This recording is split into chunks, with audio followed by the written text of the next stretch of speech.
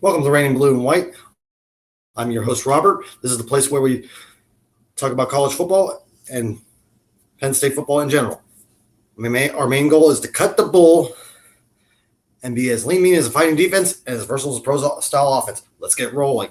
Well, it's the NFL draft. I'm going to talk about some of the prospects that went to the NFL draft this year. So I was pretty much I took some time off. So this is what I wanted to look at with our leaving college students and what my thoughts are where they're going to go in the NFL, what their career is going to be, pretty much.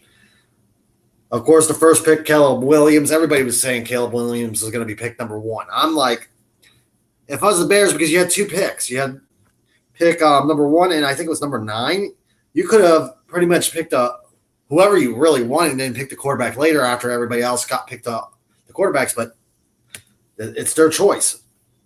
With Caleb going number 1, the only problem I would say with Caleb Williams is a minor personality problem, which is how's he going to handle getting beaten into the ground constantly? Even though they got I think it was an offensive lineman. No, they got a wide receiver. Let's see. The Bears any more in the first or second round. I want to double check. I think they did get an offensive lineman somewhere else. I'm just double checking. I'm only going to go to the second round and see here.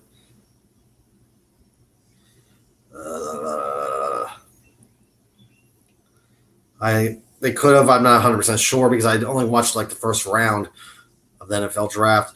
But if the Bears can't keep Caleb Williams upright, he's going to see a lot of issues. I think he's almost close to screaming of a bust to me, just because of that one issue. Because if the team's not going good, we've seen him with USC when he played. Once USC was not doing good, he gave up on the team. That's the only thing I see with Caleb. Then now let's get to the second pick with Washington, which is, of course, I'm not going to say Commanders. I'll call them the Deadskins on this. Jaden Daniels. I say that's okay pick. I'm just going to be like, I'll sit back and see what happens with Washington because it is my team. I've been a fan of it most of my life.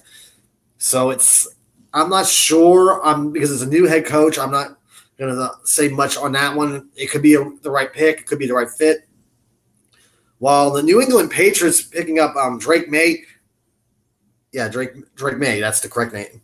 With him, I'm like, I watched his tape about maybe let's see, I think it was in February or March, near the beginning of March. And I'm like, this kid looks like he's not ready for the NFL. He's not quite. He needs another year at North Carolina just to get him a little bit more seasoning. He's almost like Mitch Trubisky that came before him. He needs a little bit more seasoning on him. It's just sad that guys like this, they think, oh, this is the highest chance I'm going to be a number one high pick, which I'm like, kid, if you would do well one more season, you might have been a drafted number 1 overall, and plus next year's draft class is not that big with quarterbacks, so you would have had a better chance. Then, of course, Marvin Harrison Jr. to Arizona. That's going to be interesting. But I'm just going to review over the quarterbacks because some of them are pretty odd, especially the Atlanta Falcons picking up Penix Jr. This is like, I was thinking with Penix, the best personality pick towards him is Kirk Cousins. I'm like, this is weird. They're both on the same team. They almost have the same type of personality. They're willing to take a punishment, seems like, and keep coming back. Because Penix he had injury issues, but Cousins didn't have that type of injury issues at first either. So they both are almost very similar on that personality, keep fighting back. I like Penix's fight back personality trait, like same thing as Cousins. Look at Cousins when he was with Washington. Same damn thing. They're almost identical on that type of part of the personality part. But they're both almost similar at that part, but they're so different play style-wise. Cousins is more of a game manager. Penix can actually throw deep. Cousins was more that type that he can hit his spots if they're open. That's the only bad thing with that. Then we go down to pick number 10, McCarthy, J.J. McCarthy. Well, this fits into what they had before with Cousins with the Minnesota Vikings. So that makes sense. Let's see. Did I jump? No, I didn't jump. to anybody yet. McCarthy, that was a pretty small. That one's going to be a little interesting. I would look forward to that. I think JJ is going to be maybe a decent player with Minnesota. Out of these quarterbacks, I think Caleb Williams has the highest chance of literally just getting destroyed. This could end up like the Bears with Mitch Trubisky issue. Those two, Jaden Daniels, I do not have a clue yet what to say on that. Penix, I think they're trying to do the Green Bay routine with Penix Jr. Just with that. McCarthy might be another one I do pretty decent. Sad to say. Then Denver made – I'm like, Denver, you watch how flashy Bo Nix is. But you didn't look at the number one thing, what he's done. When big game – this is the number one thing I would say about Bo Nix. When a big game is up, he can't overperform. He can't even overperform what he normally does. He's just consistently. You want consistency? Yes, you could be fine with that. But you need, especially where he's going in Denver, you have, of course, Mahomes out in Kansas City, Herbert in San Diego. You have those two. Las Vegas, we're not sure what they're going to do yet. But then you have also other ones in the AFC that you have to worry about. Joe Burrow with Cincinnati. Josh Allen in Buffalo. It's like, Bo Nix has been just put in a situation that pretty much is not very pleasant for him with Denver. It's just not going to be very pleasant. I'm sad to say for him. I wish him luck, but I don't think he's going to pan out. He might end up getting pummeled.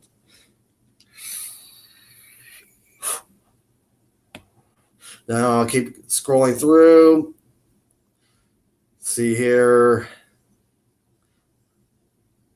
I was glad for Miami picking up Chop Robinson, which is Penn State, that was good right there. But I think there was no other quarterbacks that were drafted after Bo Nix. And I know there was a few other quarterbacks, but I'm scrolling. I'm already at pick in the 50s right now in picks. Mostly there was offensive linemen and everything else.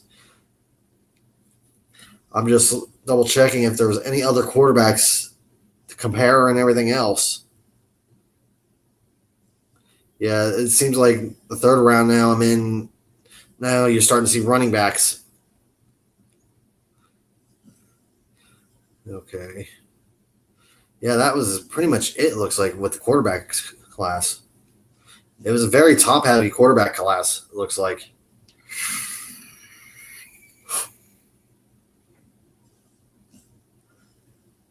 Because this is just looking back at this, I'm like, usually you have some quarterbacks in like the 5th, 6th, and 7th rounds. They're hopeful. Oh, there we go. Jordan Travis from Florida State. Finally, I thought he would go out at least sooner, but he was a 5th pick for the New York Jets. This one could be a good thing, could be a bad thing, sad to say, for Jordan Travis. That was what I was looking for because I knew Jordan Travis would be in this draft class. But I think it's because of the injury and everything.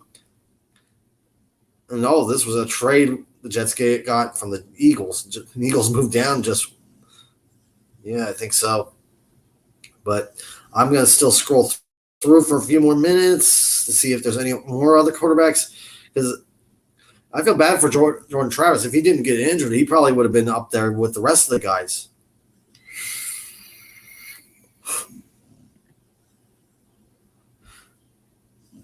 Oh, the Kentucky quarterback, Divine Landry. Landry, yeah. And that he was drafted by Baltimore Ravens. That quarterback was a ghost at Kentucky this year anyways. So it was – I'm just keep scrolling, see if there's any more quarterbacks. Oh, there we go. Michael Pratt from Tulane.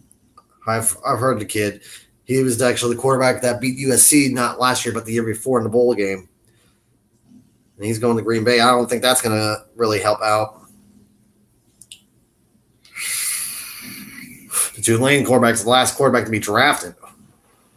And that was in the 7th round. That's crazy.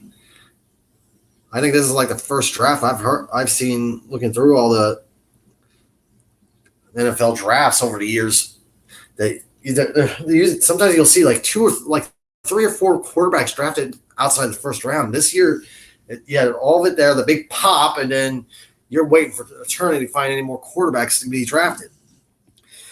But that was the end of that review. Just looking down at the NFL draft, most of them, I like to scout quarterbacks a little bit every so often. Well, I'm going to try to think it over. Right now, I'm probably going to still keep a break, but I want to do this video. So make sure you like, subscribe, follow me on X, which is always here, and see you next time.